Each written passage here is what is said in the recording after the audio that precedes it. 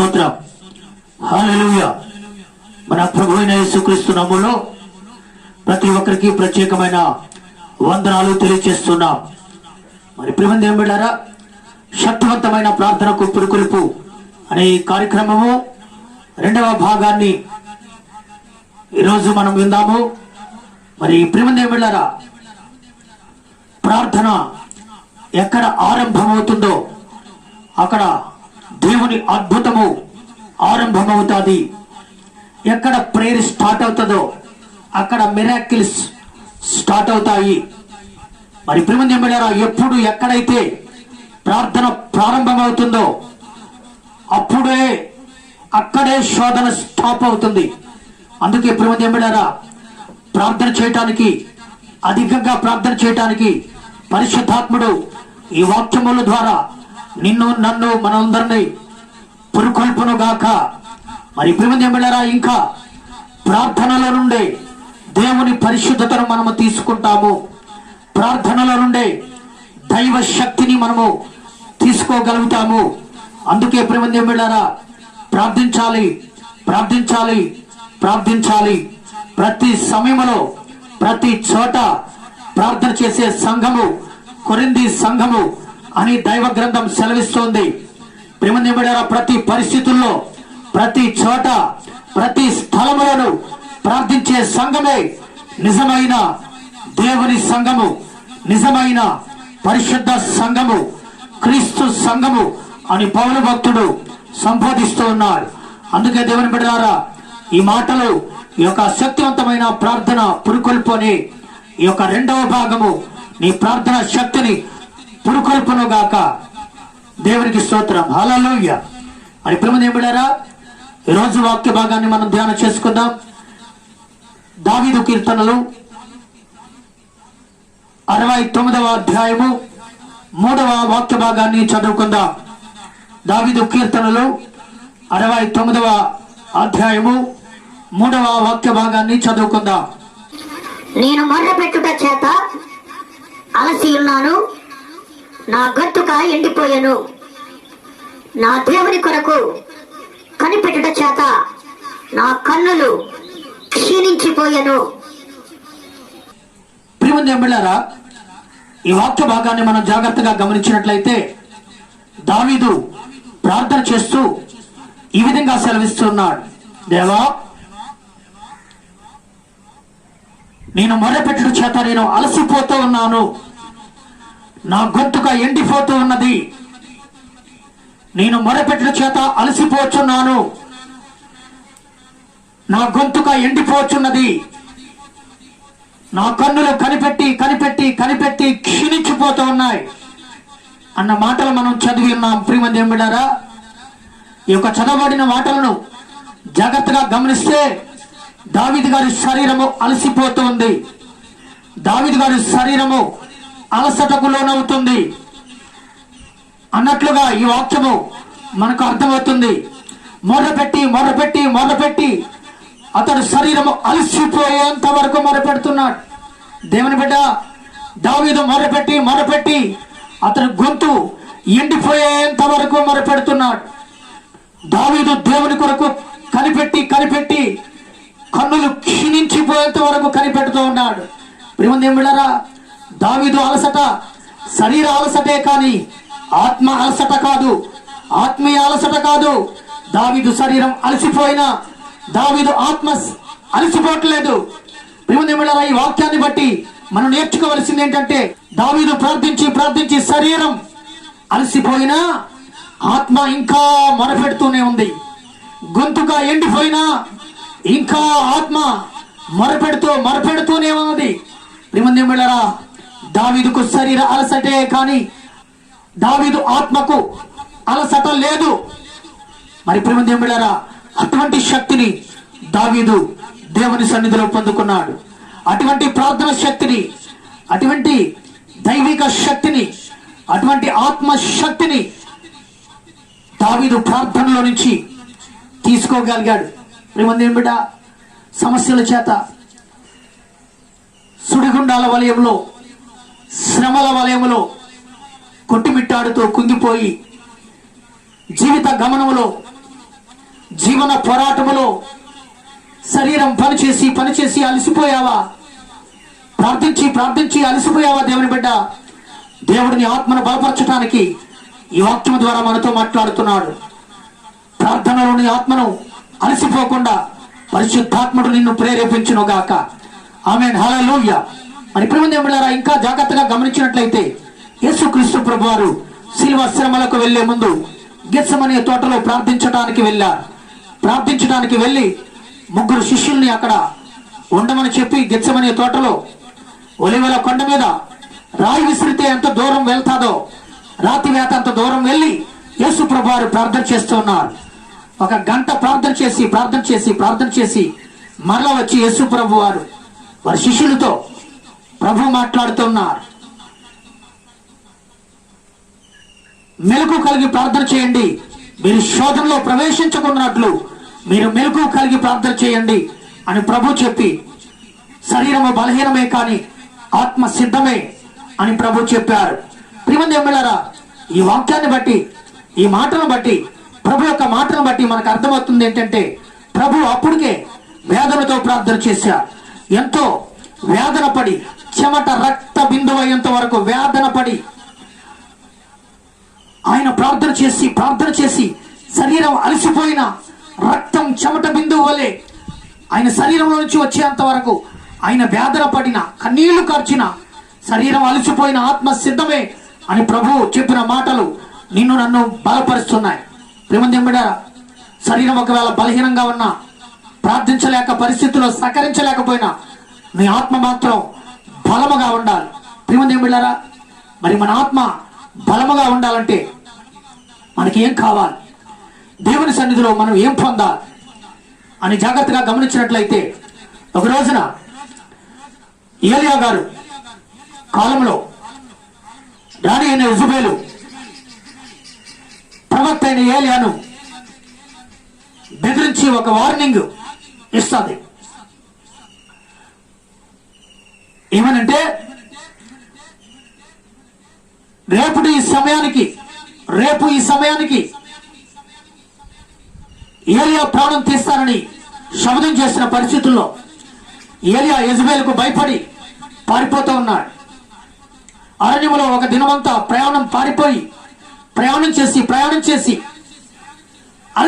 శరీరం అలసిపోయిన రీతిలోనే బదరి వృక్షం కింద మరి అతడు విశ్రాంతి తీసుకొని నిద్రపోయినట్లుగా దైవ గ్రంథములు మనం చూస్తాం. ప్రియమైన అతడు విశ్రాంతి తీసుకొని నిద్రపోయినప్పుడు దేవదూత గారు వచ్చి, ఏలియా ఎందుకు అలసిపోయావు, లే, శక్తికి మించిన ప్రయాణం నీకుంది, లే అని లేపింది. ప్రియమైన లేపి అక్కడే ఉన్నటువంటి ఆ యొక్క నిప్పుల మీద కాల్చినటువంటి ఆ యొక్క అప్పమును తీసి ఆ నీళ్ల బుడ్డును ఆయనకిచ్చి, ఈ భోజనం చేసి వేడివేడి అప్పము తీసుకుని ఈ యొక్క బుడ్డిలో నీళ్లు తీసుకుని బలము తెచ్చుకొని దేవుని పర్వతమైనటువంటి హోరేబుకు కొనసాగిపో, ఏలియా అలసిపోక దేవుని సన్నిధిలో ఈ యొక్క ఆహారం ద్వారా నువ్వు బలం పొంది వెళ్ళిపో అని దేవదూత ద్వారా అతను బలపరచబడి దేవదూత గారు ఇచ్చినటువంటి ఆ యొక్క భోజనము ద్వారా ఆత్మ బలము పొంది 40 దినాలు ప్రయాణం చేసి వెళ్ళిపోయినట్లుగా మనము చూస్తున్నాం. మరి ప్రియమైన దేవులారా, వాక్య భాగాన్ని చదువుదాం. మొదటి రాజుల గ్రంథము 19వ అధ్యాయము 4వ వాక్య భాగాన్ని చదువుకుందాం. మొదటి రాజుల గ్రంథము 19వ అధ్యాయము 4వ వాక్య భాగాన్ని చదువుకుందాం. తాను ఒక దిన ప్రయాణము అరణ్యములోనికి పోయి ఒక బదరి వృక్షము కింద కూర్చుండి మరణాపేక్ష గలవాడై, యెహోవా, నా పితరుల కంటే నేను ఎక్కువవాడను కాను, ఇంత మట్టుకు చాలును, నా ప్రాణము తీసుకొనుము అని ప్రార్థన చేశాను. ఇక్కడ వాక్య భాగాన్ని గమనిస్తే, ఏలియా ప్రయాణం చేసి ఒక దినమంతా ప్రయాణం చేసి అతడు శరీర రీతిని అలసిపోయి, అయ్యా నాకు ఇప్పుడు ఈ యొక్క జీవితం ఇంకా వద్దు, ఈ ప్రాణం వద్దు, తీసుకో అని ప్రార్థన చేస్తున్నాడు. అలసిపోయి, ఎప్పుడైతే శరీరం అలసిపోయిందో అప్పుడే దేవుడు బలపరచడానికి తన దూతను పంపించాడు. ప్రియమైన దేవుని బిడ్డ, సమస్యల చేత అలసి అలసి నిలిచిపోయావా? అలసి అలసి తెలిసి తెలిసి జారిపోయావా? తెలియరాని చీకటిలో చిక్కిపోయావా? ప్రియమైన దేవుని బిడ్డ, దేవుడి వర్తమానం ద్వారా బలపరుస్తున్నాడు. దేవదూత ఏలియాను ముట్టినట్లుగా దేవుని ఆత్మ నిన్ను ముట్టునుగాక, దేవుడి ఆత్మ నిన్ను బలపరచునుగాక. దేవదూత చెప్తున్నటువంటి ఈ మాటలను మనం గమనిస్తే ఆశ్చర్యకరమైన ఆహారం ఏలియా గారికి ఇవ్వబడింది. ఆశ్చర్యకరంగా అక్కడ వేడివేడి నిప్పుల మీద కలిసినటువంటి అప్పము భోజనముగా ఆయనకి ఇవ్వబడింది. ప్రియమైన దేవుని బిడ్డలారా, అంతేకాదు దేవదూత గారు తీసుకొచ్చినటువంటి ఆశ్చర్యకరమైనటువంటి మరి పానీయము, ఆశ్చర్యకరమైన ఆహారము, ఆశ్చర్యకరమైనటువంటి పానీయము, బుడ్డిలో నీళ్లు దేవదూత గారు తీసుకొచ్చారు. ప్రియమైన దేవుని బిడ్డలారా, ఆ భోజనము మనుషులు తయారు చేసింది కాదు. ఆ భోజనము ఆశ్చర్యకరమైన భోజనము, దేవదూత గారు తీసుకొచ్చినటువంటి భోజనము. ప్రియమైన దేవుని బిడ్డలారా, ఆ భోజనము తిని 40 రోజులు అతడు శక్తి మించిన ప్రయాణం చేసి దేవుని కొండకు వెళ్ళిపోయాడు. దేవుని బిడ్డ, అలసిపోయిన రీతిలో దేవుని ఆత్మ నిన్ను బలపరచాలి. ఏ రీతిగా అంటే తెలుసా? ప్రియమైన దేవుని బిడ్డలారా, వేడి వేడి అప్పములు అనగా సంపూర్ణ ఉపదేశములు. ఆ బుడ్డిలో ఉన్న నీళ్లు, ఆ వేడి వేడి అప్పములు అనగా సంపూర్ణ ఉపదేశములు. కొవ్వు మెదడు దావీదుకు దొరికినట్లుగా నీకు కూడా దొరికి సంపూర్ణ ఉపదేశముల ద్వారా దేవుని సన్నిధిలో ప్రార్థించుట ద్వారా బలము కలిగి ప్రియమైన దేవుని బిడ్డలారా సియోను కొండకు మనము చేరిపోదుము గాక. దేవునికి స్తోత్రం, హల్లెలూయా. ప్రియమైన దేవుని బిడ్డలారా, దేవదూత గారు ఏలియాను ముట్టినట్లుగా దేవుని ఆత్మ నిన్ను ముట్టి ఆశ్చర్యకరమైనటువంటి సంగతులు నీకు బోధిస్తాడు. అందుకే దావీదు 119వ కీర్తనలో ఈ విధంగా సెలవిస్తున్నాడు, దేవా యెహోవా, నీ ధర్మశాస్త్రములో అనేక ఆశ్చర్య సంగతులు చూచినట్లుగా నా కన్నులు తెరవము అని ప్రార్థన చేస్తున్నాడు. ప్రియమైన దేవుని బిడ్డలారా, మన కన్నులు తెరబడినప్పుడు ఈ ధర్మశాస్త్రంలో అనేక సంగతులు, అనేక ఉపదేశాలు, సంపూర్ణ ఉపదేశాలు, మనల్ని బలపరిచే ఉపదేశాలు మనల్ని నడిపించునుగాక. ఆమేన్, హల్లెలూయా. మరి ప్రియమైన దేవుని బిడ్డలారా, నేను సేవ చేస్తున్నటువంటి ఆరంభ దినాల్లో సైకిల్ మీద తిరుగుతూ స్వార్థ ప్రవర్తిస్తున్నటువంటి ఆ రోజుల్లో ఓ రోజు ప్రియమైన దేవుని బిడ్డలారా, మరి భీమవరంలో సేవ చేస్తూ తాడేరని మా సొంత గ్రామంలోకి వెళ్ళాలని, మా తండ్రి గారి ఇంటికి వెళ్ళాలని మరి సైకిల్ మీద ప్రయాణం చేస్తూ ఉన్నా. మరి ఆ రోజుల్లో సైకిల్ మీద ప్రయాణం చేస్తూ మరి వెనకాల క్యారేజీ ఉంటుంది సైకిల్కి.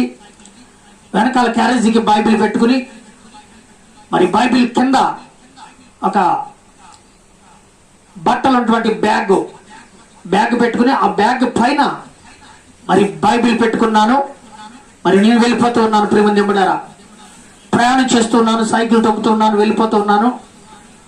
ఒక 20 సంవత్సరాల క్రితం చరిత్ర ఇది. ప్రియమైన దేవుని బిడ్డలారా, సరిగ్గా మరి అప్పట్లో రోడ్లు సరిగా ఉండేవి కాదు. రోడ్లు సరిగా లేని కారణాన మరి గొంతులు ఉండటం కారణాన, సైకిల్ మీద వెళ్ళటం కారణాన మరి ప్రియమైన దేవుని బిడ్డలారా, నా బైబిల్ బ్యాగ్ ఎక్కడ జారి పడిపోయిందో మార్గ మధ్యంలో పడిపోయింది. మరి ప్రియమైన దేవుని బిడ్డలారా, వస్త్రాలు బట్టల బ్యాగ్ అయితే ఉంది కానీ బైబిల్ బ్యాగ్ లేదు. అరే బైబిల్ బ్యాగ్ పడిపోయింది అనేసి నేను మళ్ళా చాలా దూరం వెనక్కి సైకిల్ తొక్కుని వెళ్ళి అన్ని వెతికి అయ్యా బైబిల్ బ్యాగ్ పడిపోయింది, ఎవరైనా దొరికిందా, ఎవరికైనా కనిపించిందా అంటే ఎవరికి కనిపించలేదు. ప్రియమైన దేవుని బిడ్డలారా, వెతుకుని తిరిగి ప్రియమైన దేవుని బిడ్డలారా, సాయంత్రం 4-5 గంటల సమయానికి మరి మా ఇంటికి వెళ్ళి మరి తిరిగి అలసిపోయాను. ప్రియమైన దేవుని బిడ్డలారా, జరిగిన విషయం ఏంటంటే నా బైబిల్ నాకు కావాలి. ఆ బైబిల్లో నాకు కావలసినటువంటి, ఆ బైబిల్ బ్యాగ్లో నాకు కావలసినటువంటి డాక్యుమెంట్స్, నాకు కావలసినటువంటి కాగితాలు, ఆధార్ కార్డు, ఇలాంటివన్నీ కూడా అందులో ఉన్నాయి. అంతే మాత్రమే కాకుండా సరిగా మరి ఆ 2 రోజుల క్రితం నుంచే మరి దేవుని మందిరం కట్టాలని, భీమవరంలో ఒక చిన్న పాక వేయాలని మొట్టమొదటి మందిరం అది, పరిశుద్ధ అగ్ని ప్రార్థన మందిరం, మొట్టమొదటి మందిరం. చిన్న పాక వేసి ఆరాధన చేసుకోవాలని చిన్న స్థలము, మరి ఒక స్థలము ఏర్పాటు చేసుకుని, ఇక్కడ ఒక రాజు గారు ఒక 2000 రూపాయలు కానుకిస్తే మరి గెల్ల తీసుకోవాలి, తాటాకులు కొనాలి, ఇవన్నీ తీసుకోవాలని 2000 రూపాయలు బైబిల్ బ్యాగ్లో పెట్టి వెళ్తా ఉన్నాను. బైబిల్ పోయింది, డబ్బులు పోయినాయి. నాకు కావలసినటువంటి కాగితాలు, ఆధార్ కార్డు, ఇటువంటి ప్రాముఖ్యమైన కాగితాలన్నీ అందులో ఉన్నాయి, పోయినాయి. ఎలాగా అని ఆలోచించి ప్రియమైన బిడ్డలారా, అలసిన రీతిలోనే రాత్రి నిద్ర రాక 8-9 గంటలకు మోకరించి ప్రార్థన చేస్తున్నాను. ప్రభా, తిరిగి అలసిపోయాను. వెతికి నా బైబిల్ ఎక్కడ దొరుకుతుంది అని అందరిని అడిగి అలసిపోయాను. ప్రభా, చివరికి రాత్రి అంతా ప్రార్థన చేయడానికి నేను అడుగుతున్నాను. తెల్లవారేసేపటికి నా బైబిల్ బ్యాగ్ నాకు కావాలి, అందులో డాక్యుమెంట్స్ నాకు కావాలి. ప్రభా, నీ మందిరం పని ఆగిపోకుండా ఆ డబ్బులు కూడా నాకు కావాలి అని ప్రార్థన చేయటం జరిగింది. ప్రియమైన బిడ్డలారా, రాత్రి అంతా ప్రార్థన చేసి సరిగ్గా 4-5 గంటలకి మరి ప్రభా, నువ్వు నాకు ఇచ్చావు అని నమ్మి విశ్వాసంతో మరి పండుకోవడం జరిగింది మా ఇంటి దగ్గర. మరి ప్రియమైన బిడ్డలారా, సరిగ్గా 9 గంటలు 10 గంటలకి లేచాను. లేచిన తర్వాత మొహం కడుక్కుని ప్రార్థన చేసుకున్నాను. మా అమ్మగారు టిఫిన్ పెట్టారు. ప్రియమైన బిడ్డలారా, టిఫిన్ తిన్నాను.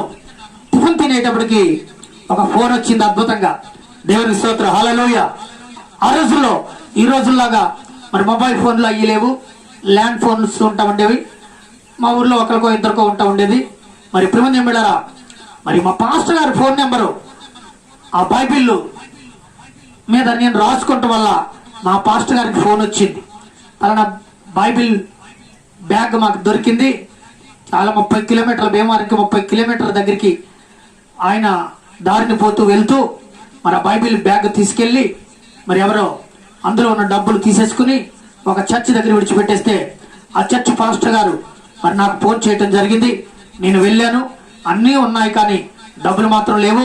ప్రభా స్తోత్రం, నా బైబిల్ నాకు ఇచ్చావు, డబ్బులు లేకపోయినా పర్లేదు, ఎందుకంటే 10 రెట్టింపు నువ్వు నాకు ఇస్తావు అనుకుని నమ్మి విశ్వాసంతో అక్కడే ఆ మందిరంలోనే ప్రార్థన చేసుకుని, ఆ దైవజనుల దగ్గర ప్రార్థన చేసుకుని మరలా తిరిగి వచ్చి అన్ని చూసుకున్నాను. బైబిల్లో నాకు కావలసినవి అన్నీ ఉన్నాయి.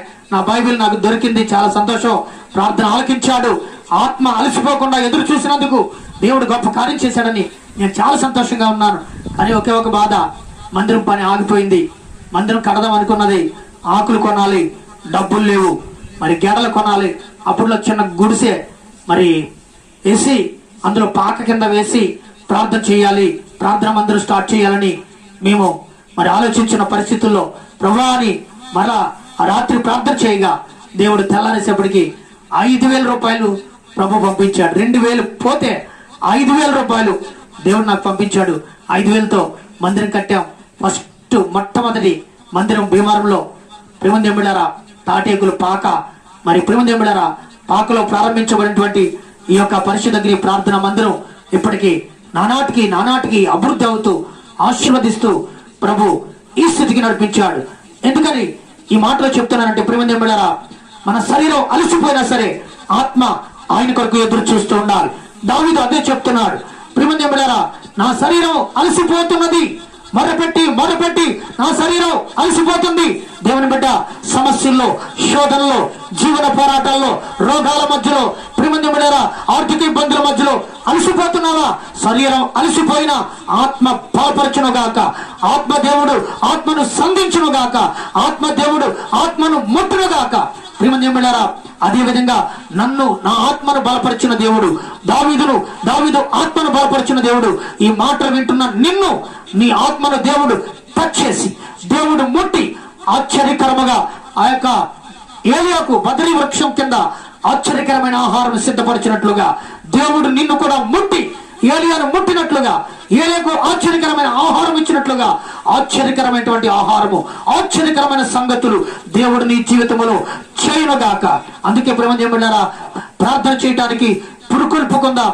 మన ఆత్మను మనము బలపరచమని దేవుని సన్నిధిలో ప్రార్థన చేద్దాం. శరీరము కృంగిపోయినా, మనస్సు కృంగిపోయినా ప్రియమైన బిడ్డలారా, ఆత్మ కృంగిపోవటానికి వీల్లేదు. ఆత్మ బలముగానే ఉండాలి. అందుకే దైవ గ్రంథం సెలవిస్తుంది, యెహోవా కొరకు ఎదురు చూసేవారు ఎన్నడూ అలసిపోరు, పక్షిరాజు వలె వారు పైకి ఎగురుదురు అని దైవ గ్రంథంలో యెషయా భక్తుడు సెలవిచ్చినట్లుగా దేవుని సన్నిధిలో బలము పొందుకుందాం. సర్వోన్నతుని దేవుని సన్నిధిలో శక్తి పొందుకుందాం. శక్తితో ప్రార్థన చేద్దాం. శరీరము బలహీనమైపోయినా, గొంతుకు ఎండిపోయినా, అతని కన్ను క్షీణించిపోయినా, అతని ఆత్మ ప్రార్థన మాత్రం మానట్లేదు. దావీదు ప్రార్థన అనుభవం అది. ప్రియమైన ఈ వాక్యము నిన్ను బలపరిచి లోతైన ప్రార్థనలోకి నడిపించును గాక. ప్రార్థన చేసుకుందాం. కళ్ళు మూసుకుని తీర్మానం చేసుకుని ప్రార్థన చేసుకుందాం. విన్న వాక్యాన్ని బట్టి తీర్మానం చేసుకుని ప్రార్థన చేసుకుందాం. హల్లెలూయా, హల్లెలూయా. యేసయ్యానికి స్తోత్రాలు నాయనా.